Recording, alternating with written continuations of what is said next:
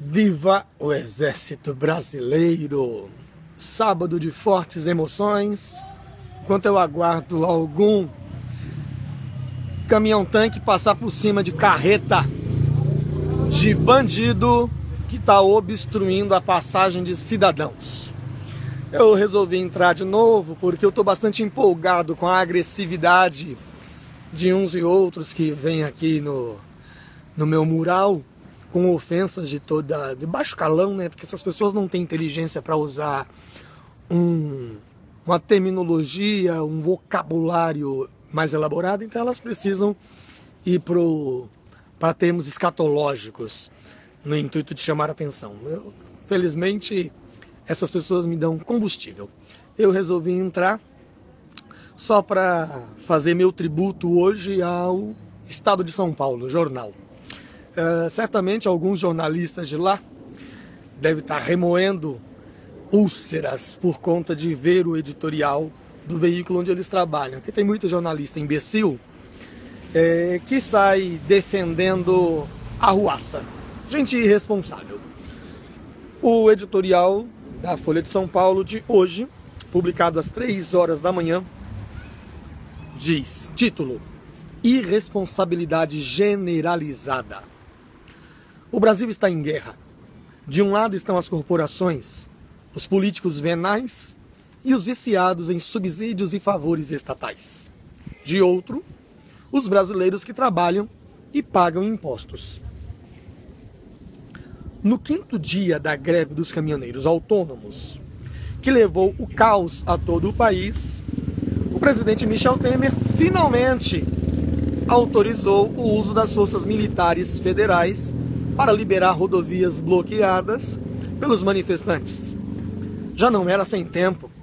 Nenhuma reivindicação é justa o bastante para legitimar a absurda agressão cometida pelos caminhoneiros contra todos os brasileiros, cujo cotidiano foi severamente afetado pela paralisação.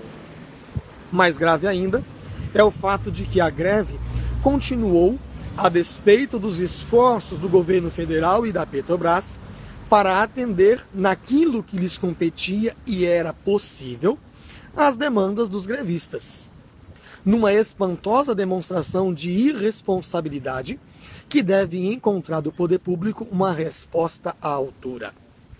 Ao anunciar o plano de segurança para desbloquear as estradas, com a ajuda dos estados, o presidente Temer disse que o governo não vai permitir, abre aspas, que a população fique sem os gêneros de primeira necessidade, que os hospitais fiquem sem insumos para salvar vidas e crianças fiquem sem escolas, fecha aspas.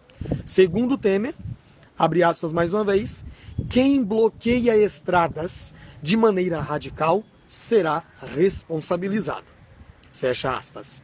A Advocacia Geral da União acionou o Supremo Tribunal Federal para que a greve seja considerada ilegal, inclusive com pagamento de multa e cassação de licença.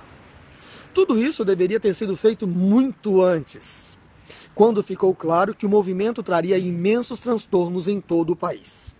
Nesse sentido, o governo demonstrou lentidão excessiva para reagir à greve, permitindo que o movimento ganhasse força a ponto de julgar-se em condições de chantagear toda a sociedade e de ignorar o acordo para encerrar o protesto.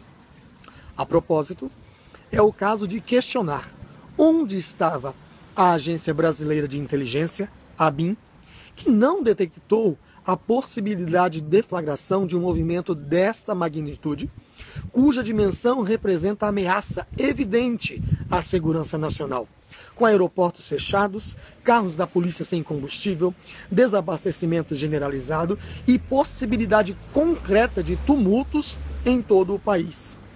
É justamente para prevenir tais situações que a ABIN existe. Também é o caso de perguntar o que fazia esse tempo todo o ministro de Minas e Energia, Moreira Franco, além de dar palpites demagógicos sobre a política de preços da Petrobras. Ou então os governadores que preferiram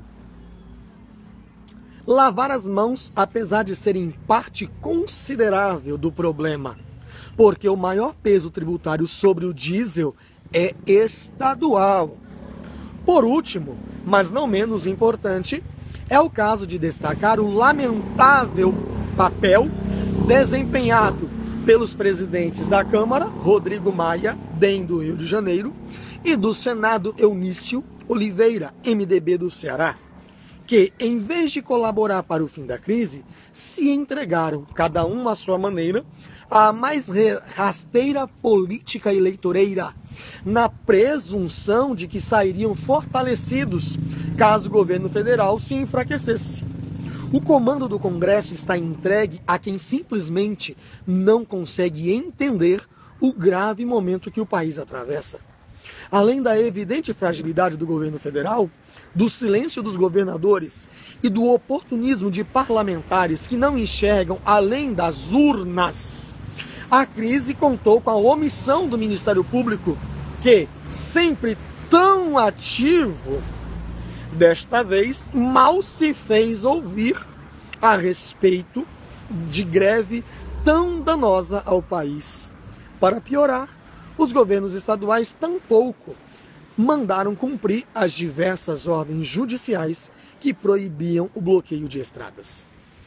No meio de todo esse emaranhado de irresponsabilidade e omissões, ficaram os brasileiros comuns, que estão há dias enfrentando um verdadeiro pesadelo. Não sabem se a gasolina do tanque do carro será suficiente, se haverá ônibus para ir ao trabalho, se os supermercados e as feiras ainda têm alimentos para vender, se as escolas vão funcionar, se os aeroportos vão abrir, se os hospitais terão condições de atendimento, se as estradas e avenidas estarão livres ou bloqueadas. Um cenário como esse é característico de um país em guerra. E, de fato, o Brasil está em guerra.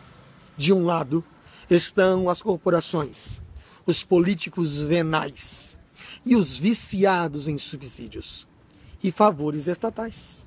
De outro, os brasileiros que trabalham e pagam impostos. Infelizmente, por ora, são estes que estão perdendo. Palmas aos editores do Estado de São Paulo que se posicionaram, tiveram coragem de fazer coro à voz de uma minoria. Eu estou, felizmente, com orgulho entre aqueles que representam a minoria. Não apoio, não aprovo, não reconheço qualquer mérito nesta balbúrdia, arruaça, vandalismo, ações criminosas que uma penca de brasileiros com algum desvio mental, há uma catarse coletiva pela ignorância, pela imbecilidade, pela idiotice. Não gosta do que eu digo? Me bloqueia. Para de me seguir. Deixe de me cumprimentar ao me encontrar. Eu não tenho nenhum problema porque eu não costumo andar com quem eu não tenho acordo. E se você aplaude ao banditismo, lamento, você não está na banda boa do país. Valeu! Eu volto depois, talvez, para fazer uma troça dos possíveis... gente envenenada, brava, furiosa, fulminante e cheia de palavrões. Os palavrões serão bloqueados, ocultados e talvez eu me divirta só com a sua cara em particular.